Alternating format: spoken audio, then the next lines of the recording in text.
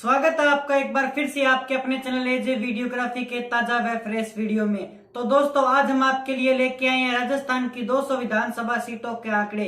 जी हां दोस्तों, राजस्थान के 200 विधानसभा सीटों के आंकड़े आप स्क्रीन पर देख पा रहे होंगे।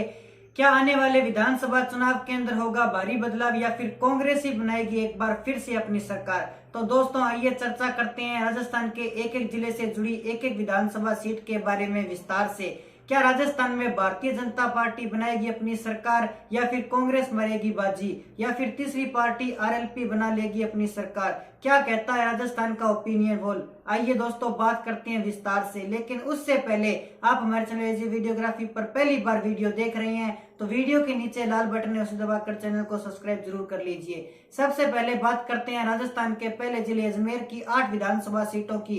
तो आपको बता दें, अजमेर की 8 विधानसभा सीटों में से भारतीय जनता पार्टी को 4 सीटें, कांग्रेस को 3 सीटें, आरएलपी को 1 सीट और अन्य पार्टियों को 0 सीट मिल रही है। अजमेर के बाद बात करते हैं टोंक की 4 विधानसभा सीटों की। तो आपको बता दें, टोंक की 4 विधानसभा सीटों में से भारतीय जनता पार्टी को 2 सीटें, कांग्रेस को 1 सीट, आरएलपी को 0 सीट और अन्य पार्टियों को 1 सीट हासिल हो रही है। अजमेर और टोंक के बाद चर्चा की जाए दौसा की 5 विधानसभा सीटों की। तो आपको बता दें, दौसा की 5 विधानसभा सीटों में से भारतीय जनता पार्टी को 3 सीटें, कांग्रेस को 2 सीटें, आरएलपी और अन्य पार्टियों को 0 सीट मिल रही है। दौसा के बाद चर्चा की जाए धौलपुर की 4 विधानसभा सीटों की। तो आपको बता दें, धौलपुर की 4 विधानसभा सीटों में से भारतीय जनता पार्टी को 3 सीटें, कांग्रेस को 1 सीट, आरएलपी और अन्य पार्टियों को धौलपुर में 0 सीट मिल रही है। धौलपुर के बाद बात की जाए डूंगरपुर की 4 विधानसभा सीटों की। तो आपको बता दें, डूंगरपुर की 4 विधानसभा सीटों में से ओपिनियन पोल के मुताबिक भारतीय जनता पार्टी और कांग्रेस को इक्वल 2-2 सीटें मिल रही है। आरएलपी और अन्य पार्टियों को 0 सीट हासिल हो रही है। धौलपुर और डूंगरपुर के बाद चर्चा करते हैं गंगानगर की 6 विधानसभा सीटों की। तो आपको बता दें, गंगानगर की 6 विधानसभा सीटों में से भारतीय जनता पार्टी को 3 सीटें, 2 सीटें, आरएलपी को 0 सीट और अन्य पार्टियों को 1 सीट हासिल हो रही है। धौलपुर, डूंगरपुर और गंगानगर के बाद बात करते हैं हनुमानगढ़ की 5 विधानसभा सीटों की। तो आपको बता दें, हनुमानगढ़ की 5 विधानसभा सीटों में से भारतीय जनता पार्टी को 3 सीटें, कांग्रेस और आरएलपी को इक्वल 1-1 सीट और अन्य पार्टियों को 0 सीट मिल रही है।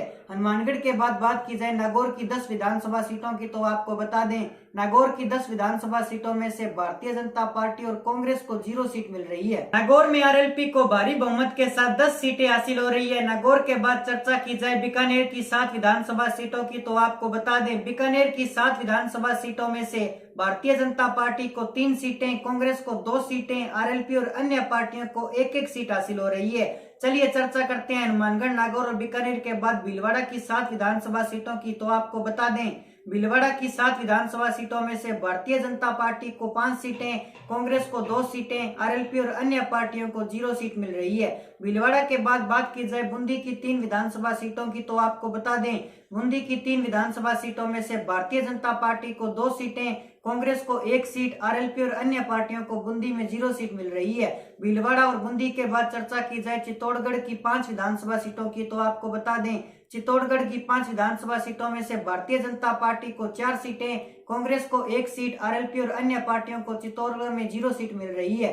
भीलवाड़ा, बूंदी और चित्तौड़गढ़ के बाद चर्चा करते हैं चूरू की 6 विधानसभा सीटों की।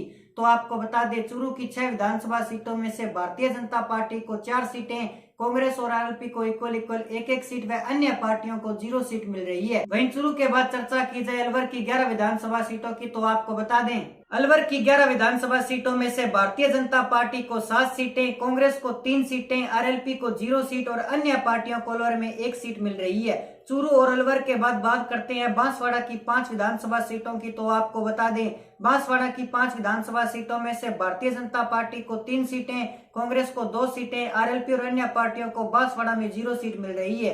तो दोस्तों, हमने राजस्थान की 90 विधानसभा सीटों की चर्चा कर ली है, जिसमें से ओपिनियन पोल के मुताबिक भारतीय जनता पार्टी को 48 सीटें, कांग्रेस को 24 सीटें, आरएलपी को 14 सीटें और अन्य पार्टियों को 4 सीटें मिल रही है। चलिए चर्चा करते हैं बांसवाड़ा के बाद 12 की 4 विधानसभा सीटों की। तो आपको बता दें, 12 की 4 विधानसभा सीटों में से एक भारतीय भारतीय जनता पार्टी को 3 सीटें, कांग्रेस को 1 सीट, आरएलपी और अन्य पार्टियों को 0 सीट मिल रही है। 12 के बाद बात करते हैं बाड़मेर की 7 विधानसभा सीटों की। तो आपको बता दें, बाड़मेर की 7 विधानसभा सीटों में से भारतीय जनता पार्टी को 4 सीटें, कांग्रेस को 2 सीटें, आरएलपी को 0 सीट और अन्य पार्टियों को 1 सीट मिल रही है। बाड़मेर के बाद चर्चा करते हैं भरतपुर की 7 विधानसभा सीटों की। तो आपको बता दें, भरतपुर की 7 विधानसभा सीटों में से भारतीय जनता पार्टी को 5 सीटें, कांग्रेस को 2 सीटें, आरएलपी और अन्य पार्टियों को 0 सीट मिल रही है। तो दोस्तों, ऐसे में आपकी जो भी राय है आप हमारे कमेंट सेक्शन में जरूर बताएं। साथ ही हमारे चैनल को कर लीजिए सब्सक्राइब, ताकि हमारे नए नए अपडेट्स आप तक पहुंच सके। जय हिंद, जय भारत।